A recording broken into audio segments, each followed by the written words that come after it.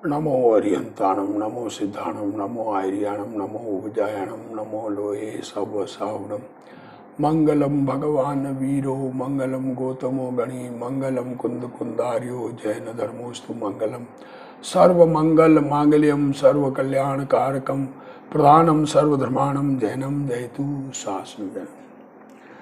युद्ध, महाभारत के युद्ध के आरंभ की बात। महाभारत का युद्ध कृष्ण और जरासंध का युद्ध था, नारायण और प्रतिनारायण का युद्ध था, जिसमें पांडव कृष्ण के साथ थे और कौरव दुर्योधन आदि सब जरासंध के साथ थे और सारी सेना सज गई और एक लड़ाई हो गई। एक लड़ाई, अब कितनी लड़ाई हुई, बहुत सारी हुई, जो भी हुई। अब उसका और रात में लड़ाई बंद होती थी, दिन में लड़ाई चलती थी उस समय। ऐसा नहीं है कि रात्रि में लड़ाई करें। तो अब वापस दिन हुआ। पिछली लड़ाई की बात की जिसमें सेनापति मर गया उनका, जरासंध का। अब ये लड़ाई वापस शुरू हुई सुबह सुबह। तो सूर्य के उद्योत होते मागध, मागध मतलब मगध का राजा जरासंध, और माधव कहिए कृष्ण, और इन दोनों योद्धा आयुध सजकर युद्ध के अर्थी निकसे, पूर्व रीति व्यू रचकर दोनों कटक के सावत आए ठाड़े भये। दोनों तरफ के लड़ने के लिए आ गए, पहले की तरह चक्र और गरुड़ चक्र। और अनेक राजा परस्पर लड़कर, चक्रव्यूह और गरुड़ व्यूह ऐसा कहा था ना, अनेक राजा परस्पर लड़कर अनेक राजाओं को मारते भये। तिस समय रथ विषय तिष्ठा जरासंध। अब उस समय जरासंध ने एक कहा फाइनल लड़ाई में कि अपने मंत्री को कहा कि मुझे तो द्वेष यादवों से है, बाकी सबको मारने का क्या फायदा, इसलिए यादवों का बताओ। ये यादव सब खड़े हैं, तिनके प्रत्येक नाम और चिन्ह मुझे कहो, मेरे इनसे द्वेष है। औरों के मारने कर कहा। तब हंसनामा मंत्री कहता भया, हे देव, ये फैन के पूंज समान श्वेत अश्व चांदी की साकड़ धरे जुपे है जिस रथ के, और गरुड़ की है ध्वजा, सो इस रथ में कृष्ण बैठा है। क्या कहा? कृष्ण के क्या है? सफेद अश्व है, चांदी के सांकड़ लगी हुई है और ध्वजा में गरुड़ है, वो कृष्ण उसमें बैठे हैं। और ये सुआ की पांख समान हरे घोड़े के जुपे, जिस रथ के, हरे घोड़े जूते हुए, जुपे में जूते हुए, और घोड़ों के स्वर्ण की सांकल, सोने की सांकल है, रथ के वृषभ की ध्वजा। इस रथ में श्री अरिष्ट नेमिनाथ तीर्थंकर का दुमाद भाई रथ नेमी समुद्र विजय का पुत्र है। ये दो बताए। और कृष्ण की दाहिनी और साहू के वर्ण जुपे हुए तुरंग जिसके, और ताल की है ध्वजा जिसके, तिस रथ के भीतर बलभद्र बैठा है। और केस समान श्याम वर्ण जिसके, ऐसे घोड़े और घोड़ों के स्वर्ग के आभूषण, जिस रथ में ये राजा युधिष्ठिर भी राजा है। और चंद्रमा समान निर्मल तुरंग पवन समान है वेग जिसका, सो तुरंग इस रथ के जूते हुए जो जुपे, और रथ के जुपे और रथ के गयंत की ध्वजा, इस रथ के मध्य अनावृष्टि बैठा है। अनावृष्टि सेनापति, जिसने उनके सेनापति का वध किया था। ये कृष्ण का बड़ा भाई और इनके कटक का सेनापति, जिसने अपना सेनापति हिरण्यनाभि मारा। और ये भीम का रथ है, जिसके नील कमल समान रंग के धारक तुरंग जुपे हैं, और तुरंगों के रत्न स्वर्ण के आभूषण हैं।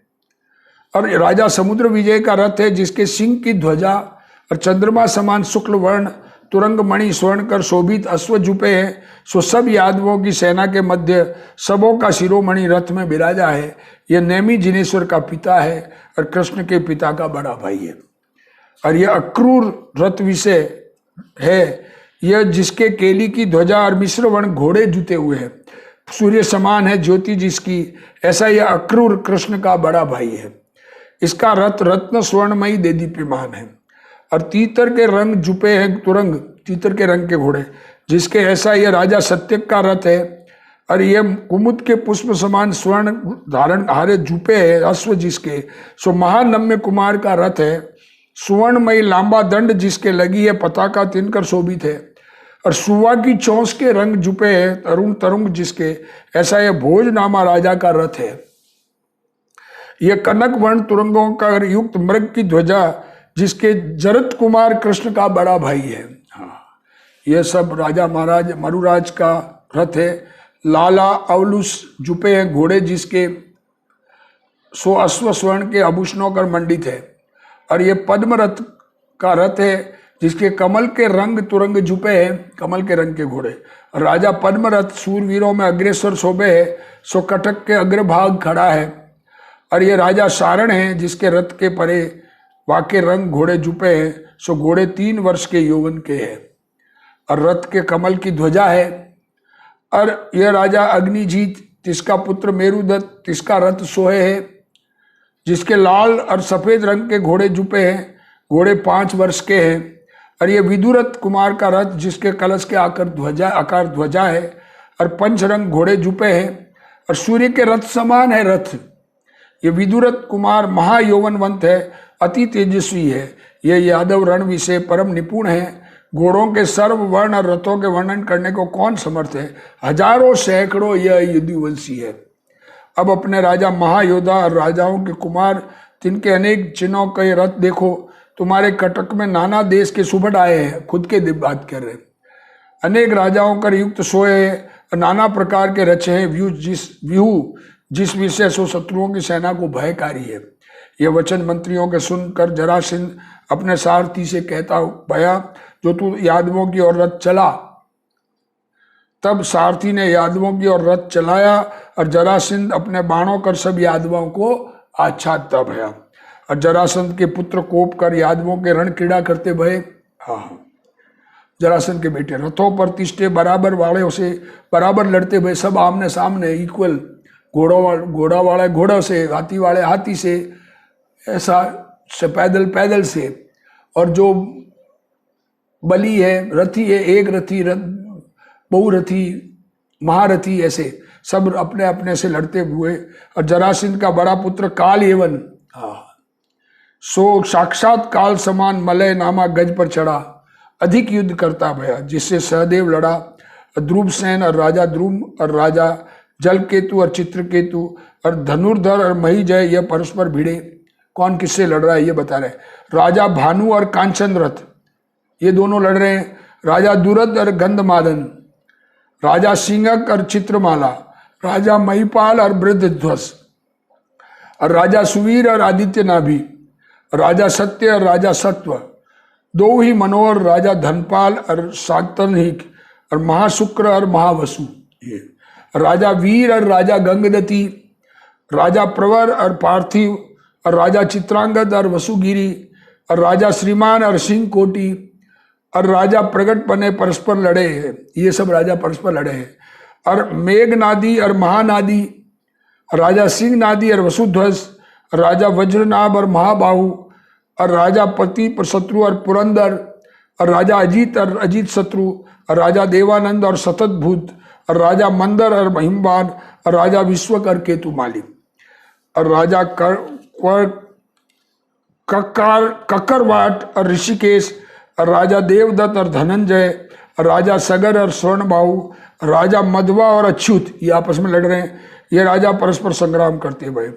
और राजा दुर्जय और दुर्मुख, राजा वासुकीय और कवल, राजा त्रिशिर और धारण, और माल्यवान और संभव, और महापद्म, महानाभ, और राजा और महासेन और महीजय, राजा वासव और वरुण, और शतानिक और भास्कर, और गरुत्मान और वेणुहारी, और वासुदेव और सुप्रभा, और वरुण और आदित्य धर्मा, और विष्णु स्वामी और शस्त्राधिक, और केतुमाली और महामाली, और चंद्रवेणु और बृहदली, शस्त्र रश्मि और अर्चिरमान इत्यादि परस्पर युद्ध करते भये। जरासंध के बहुत पुत्र लड़े। युद्ध विषय मनुष्य हस्ती तुरंग बहुत चूर्ण भय, बहुतों का नाश हुआ। अब इस लड़ाई में महाविनाश हुआ। महाभारत में ऐसा कहते हैं लड़ाई में। तो ये महाविनाश हुआ सब लड़ाई में। अब वो जो भी है, यहाँ थोड़ा वर्णन कम क्यों है, लेकिन जहाँ भी वर्णन पूरा वर्णन है तो बहुत सारे राजा महाराजा ये बहुत काम प्राप्त हुए, अपने काल को प्राप्त हुए, नया जन्म हुआ सबके, सब यहाँ से गए। कईयों ने मुनिव्रत अंगीकार किए, ये कथन भी आता है। तो जिन्होंने मुनिव्रत अंगीकार किए छोड़कर मुनि बन गए, वैराग आ गया, ऐसा ये प्रलय काल समान युद्ध भया। देखो, और काल यवन बहुत लड़ा, सो युद्ध विषय वसुदेव के पुत्रों ने उसे रोका। अब काल यवन जोरदार लड़ रहा था तो वसुदेव के पुत्र उसे रोकने गए। वसुदेव के पुत्रों के और प्रतिहरि के पुत्र के परस्पर महायुद्ध भया और उसके विवाद भी बहुत हुआ। काल यवन महायोद्धा, सो वसुदेव के पुत्र उसने बहुत मारे। तिनके सिर अरुण कमल समान, सो सामान्य चक्र और बाण खड्ग तिनकर काल यवन ने काटे, सो पृथ्वी विषय पड़े, तिनकर पृथ्वी सोती। भैया देखो, ऐसे कमल जैसे सिर, खूबसूरत बच्चे, अच्छे लड़ाके हो, लड़ने गए, अब उनका मरण होना कितना दुखदाई होगा उस समय। ये लड़ाई में कभी भी अच्छा नहीं होता है। जब काल यवन ने वसुदेव के बहुत पुत्र मारे, तब सारण नामा कुमार ने क्रोध कर खग के प्रहार कर काल यवन को काल के मंदिर पहुंचाया। सारण के और काल यवन के चिरकाल अति युद्ध भया, सो वर्णन में न आवे। काल यवन काम आया, सो मानो जरासिंध का सर्वस्व ही गया। और जरासिंध के और 3 पुत्र 3 आयकर कृष्ण को घेरा, सो प्रतिहारी के पुत्र सभी महासूरवीर हरि से बहुत लड़े। सो हरि ने अर्धचंद्र बाण कर उनके सिर छेदे और मृत्यु के प्राप्त हुए। देखो, तब राजा जरासंध अपने पुत्रों को रणभूमि पर पड़े देख क्रोध कर कृष्ण पर आया। धनुष को खींचता, बाण को लगावता, फिड़िच को खींच चढ़ावता रथ पर चढ़ा। प्रतिहारी हरि आया, तीन दोनों के परस्पर महाभयंकर युद्ध हुआ। अब ये लड़ाई में बहुत सारे सब नष्ट हो गए। आखिर में जरासंध कृष्ण आपस में लड़ने लगे। दोनों ही उद्दत पराक्रम के धारक। सो प्रथम तो सामान्य शस्त्र से, फिर तीर तलवार सेल कटारी इत्यादि अनेक आयुध तिनकर अति भयंकर युद्ध भया। फिर दिव्यास्त्र जे देवो पुनित शस्त्र तिनकर दोनों लड़ने लगे। प्रतिहारी ने हरि पर मारने अर्थी नाग बाण चलाया। ये प्रति वासुदेव प्रतिहरि को प्रतिहरि, और सो हजारों नाग मायामयी आए। तब माधव ने मगध देश का राजा जो जरासंध इस पर गरुड़ बाण चलाया, गरुड़ चलाया। तिसकर सब नाग पास नाश को प्राप्त भये। फिर जरासंध ने जनार्दन जो कृष्ण तिस पर मेघ बाण चलाया, सो कृष्ण ने पवन बाण कर उसका निराकरण किया। और जरासंध ने वायु बाण चलाया, सो कृष्ण ने नाग बाण कर उसको निवारा। और प्रति नारायण ने नारायण पर अग्नि बाण चलाया, सो अग्नि के समूह चले आवे। तब केशव ने वरुण नामा बाण कर अग्नि बाण निवारा। वरुण जल का स्वामी है। और मगध देश के इंद्र ने उपेंद्र कहिए कृष्ण तिस पर बेरोचन नाम बाण चलाया, सो हरि ने महेंद्रोस्त्रास्त्र कर बाण निवारा। और जरासंध ने राक्षस बाण चलाया, सो वसुदेव ने नारायण अस्त्र कर निवारा। और जरासंध ने तामस बाण चलाया, सो माधव ने सूर्य बाण कर भेद दिया। प्रति वासुदेव ने वासुदेव पर अश्वनामा बाण चलाया, सो मुरारी ने ब्रह्मास्त्र कर निवारा। अब यह कथा गौतम स्वामी राजा श्रेणिक को कह रहे हैं। ये कथा, हे श्रेणिक, ये दोनों ही नरेंद्र शस्त्र शास्त्र के वेता, जेते दिव्यास्त्र है तेते सकल प्रतिहरि ने हरि पर चलाए, सो हरि ने सब निराकरण किए। प्रति नारायण ने नारायण पर चलाए, प्रतिहरि हरि। तब वह राजाओं का राजा वृथा भय है उद्यम जिसके, सो पृथ्वी विषय धनुष डाल दिया। अब देखा कि ये तो धनुष को पृथ्वी पर डाला कि धनुष से ये बस में आने वाला नहीं है, तो चक्र को चितारा। अब चक्र उनका पुण्य से प्रकट होता है और उससे 3 खंड जीतते हैं। 6 खंड अधिपति चक्रवर्ती कहे जाते हैं। 3 खंड अधिपति के भी चक्र होता है और वो पुण्य से प्राप्त होता है, उसको चितारा। सो चक्र की 1000 यक्ष सेवा करे। 1000 यक्ष चक्र की सेवा में लगे देव। सो चक्र चिंतवता प्रमाण सहस्त्र किरणों कर युक्त 10 दिशा विषय उद्योत करता प्रति केशिव के कर विषय आया। सो व्रता भय अनेक शस्त्र जिसके, इसलिए महाक्रोध रूप जो जरासंध, उसने चक्र को फिराए कर भौं टेढ़ी कर कृष्ण पर चलाया। ले अब मर ऐसा करके। सो चक्र आकाश में चलाया, जिसके तेज कर सूर्य का तेज दब गया। और जरासंध की पक्ष के राजा है, उन्होंने एक लार समान चक्र चलाए। सो चक्र को आवता देख उन्होंने उसके पीछे छोटे छोटे चक्र दूसरे उसके टाड़ने अर्थी कृष्ण तो शक्ति और गदा संभाली। अपनी शक्ति और गदा को संभाला कृष्ण ने। बलभद्र ने हल मूसल संभाले और भीम ने गदा, अर्जुन ने धनुष आदि अनेक शस्त्र और अनावृष्टि ने परिध संभाला और युधिष्ठिर ने शक्ति संभाली। यह सब कृष्ण के पक्षी चक्र से भिड़ने को उद्यमी हुए। अब देखो, सबको मालूम है कि चक्र जिसके ऊपर भी चलाया जाता है वो बच नहीं सकता, ऐसा ये चक्र होता है। ये चक्र रत्न है और जिसके 1000 देव सेवा में लगे हैं, जिस चक्र को चलाने में 1000 देव कार्य कर रहे हैं, परंतु फिर भी अपना प्रयत्न जीव को भाव आता है,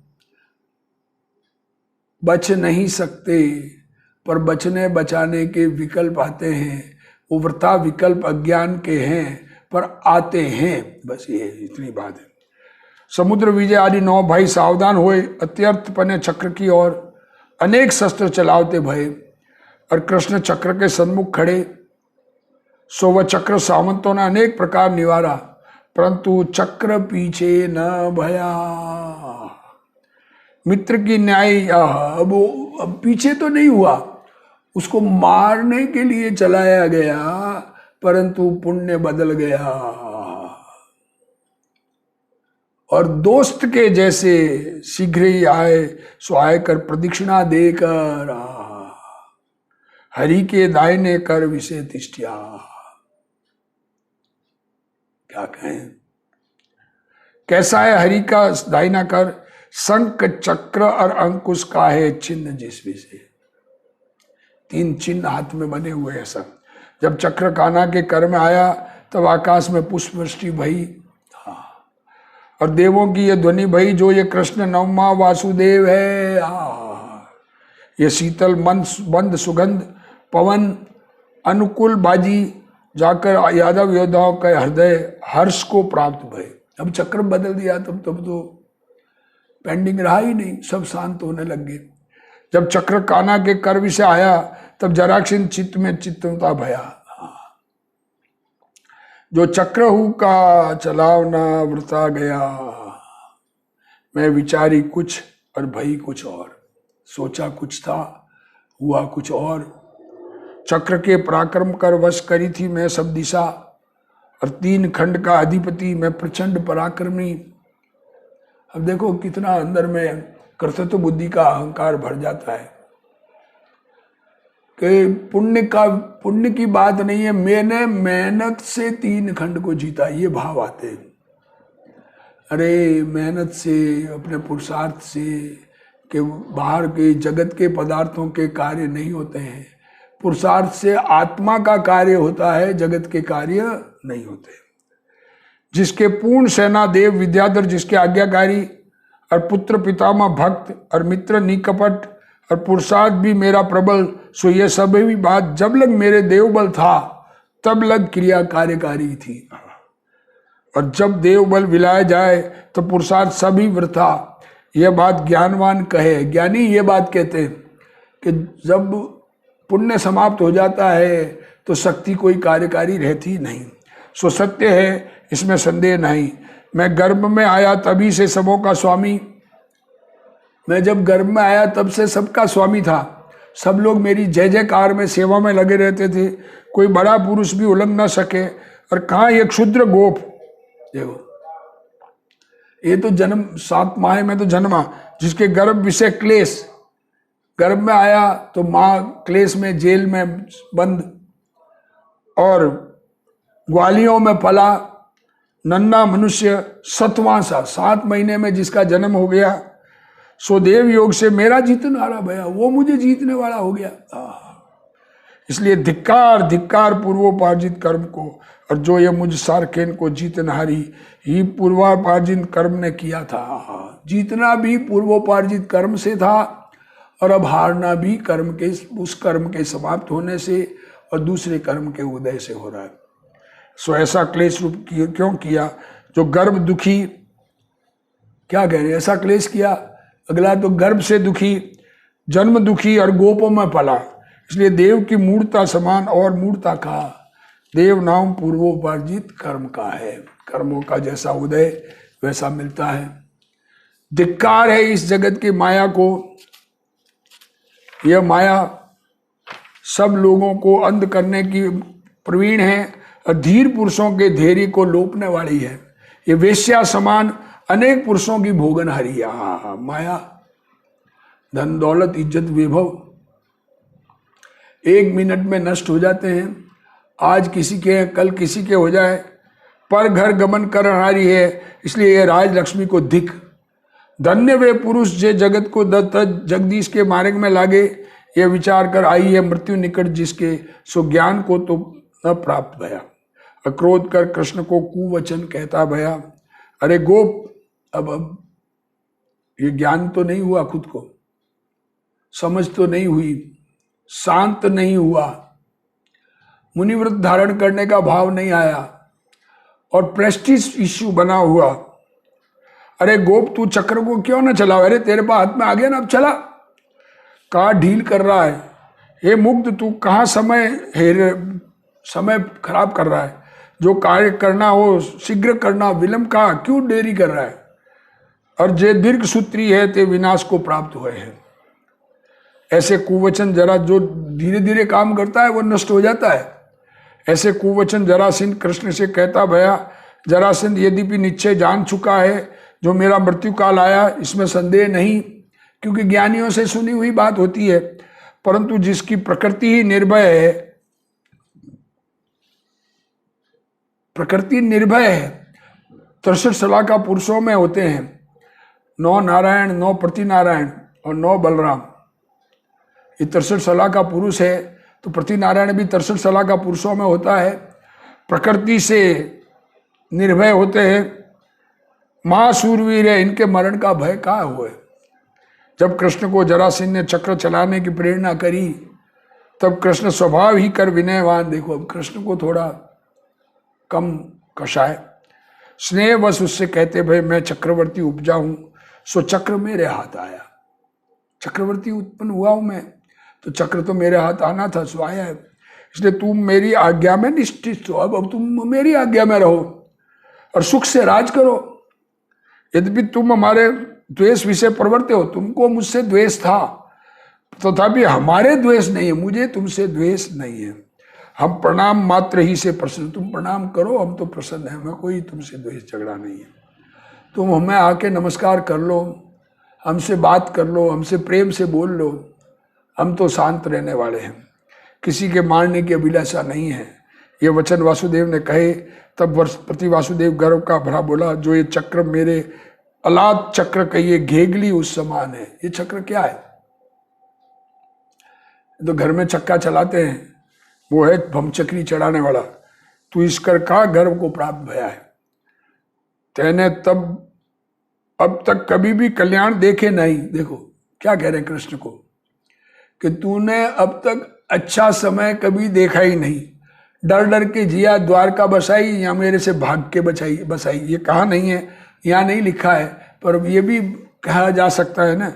जन्म दरिद्री है, जो नन्ना मनुष्य होए, थोड़ी सी संपदा का गर्व धरे, और जे महत पुरुष है तिन महाकल्याण हूँ, गर्व का गर्व नहीं, जो लक्ष्मीनाथ है।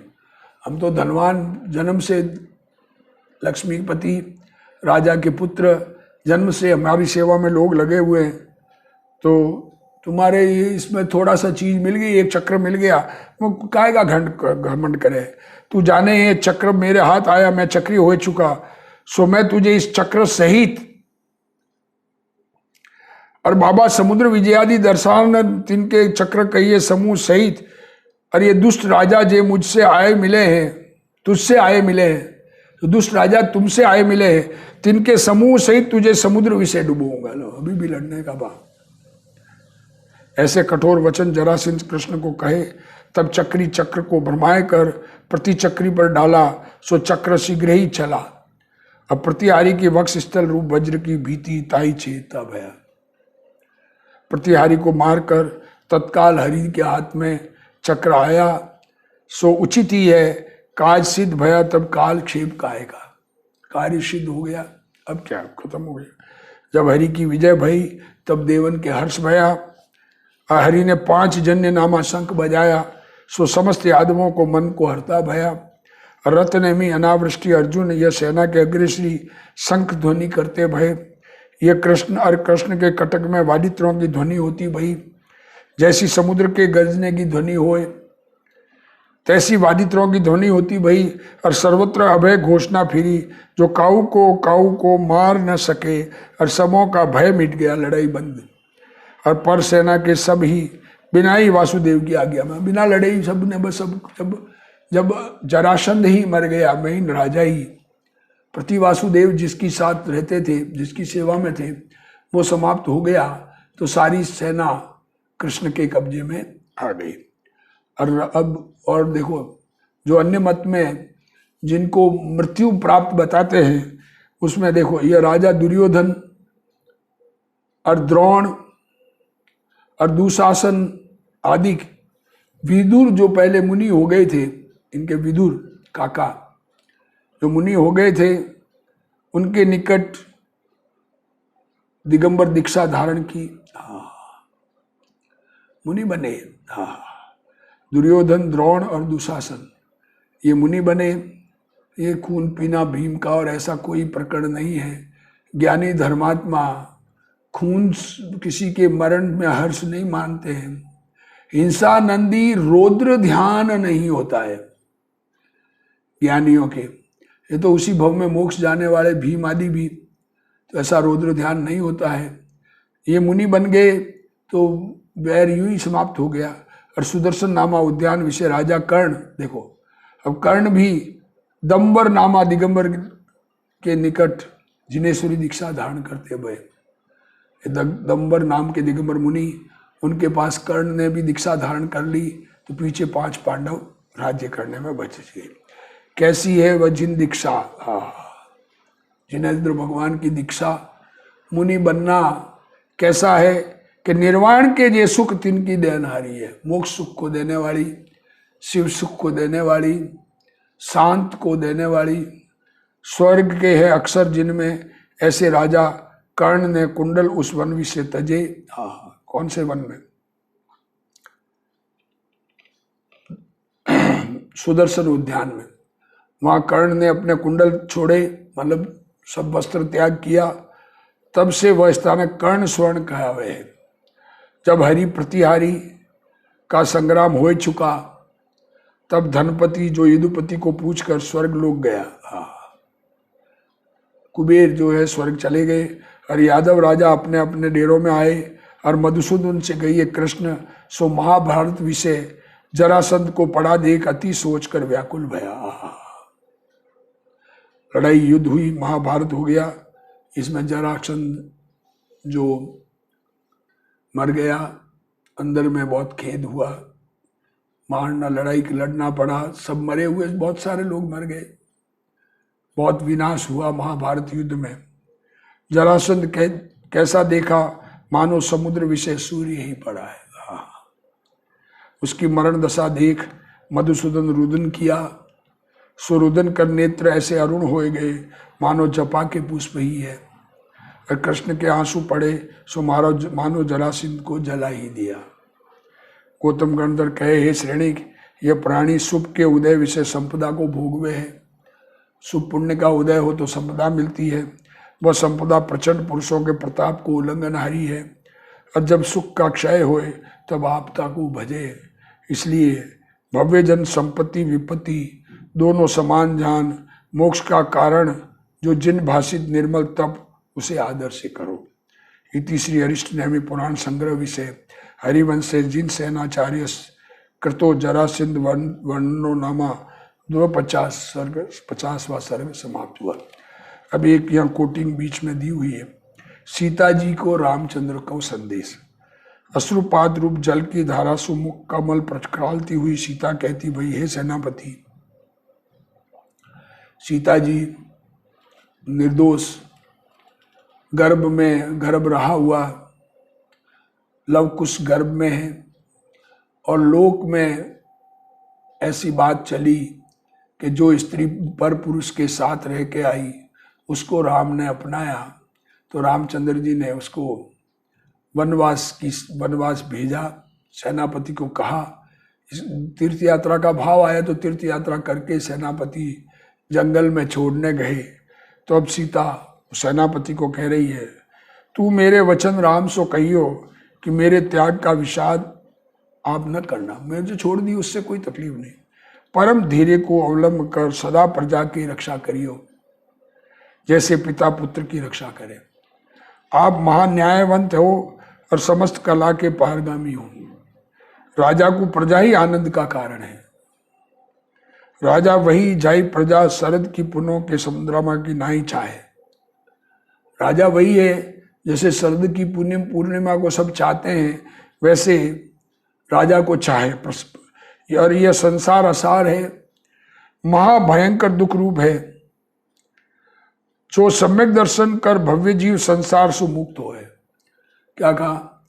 आत्मदर्शन कहो, सम्यक दर्शन कहो, भेद विज्ञान कहो, जगत के पदार्थों से स्वयं का भिन्नपना समझ में आ जाए, सो तिहारे उसको आराधने की योग्य है ही सम्यक दर्शन। तो रामचंद्र जी को तुम राज ते सम्यक दर्शन को विशेष भला जाने हो। राजा से, राजपद से ये तत्व ज्ञान, सम्यक दर्शन, भेद विज्ञान को भला जानना, यह राज्य तो विनाशिक है, राज्य तो चला जाएगा, बदल जाएगा।